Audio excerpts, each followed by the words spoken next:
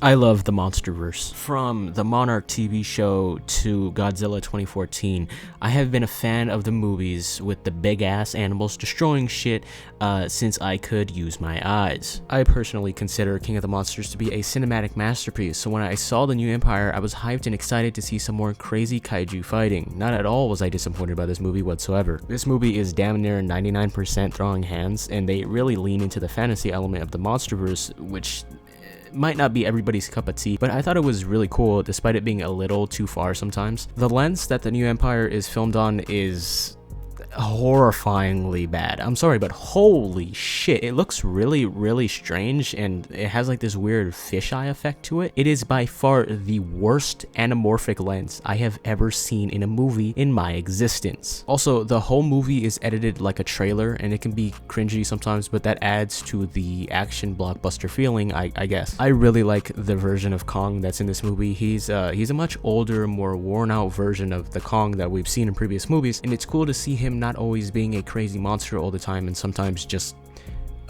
being old, I guess. In fact, they do a very good job at making Kong seem human in this movie. There's very long scenes where it's just Kong and CGI, and yet it feels like I'm watching a human conversation, and I have to applaud that. The movie was shot digitally, but they made it look filmish in post-production, so it ends up feeling kind of like a retro movie from like the 80s, which I like a lot. There was nowhere near as much Godzilla as I wanted in this movie, and that's maybe just because I like Godzilla. Don't get me wrong, I can fuck with my boy Kong, but Godzilla, I feel like he just should have been in more of this movie. This feels like just a King Kong movie with Godzilla there. During those long, entirely CG Titan scenes that I mentioned previously, you lose all sense of size perspective. Like, you think like, oh, these are just regularly sized animals, until you realize that like, oh shit, they're the size of the Empire State Building. And that adds to the humanizing tone of this movie, which I actually like a lot. So my rating for this bad boy is going to be an 8 out of 10. It's better than Godzilla vs. Kong. It feels a lot less rushed and cheap,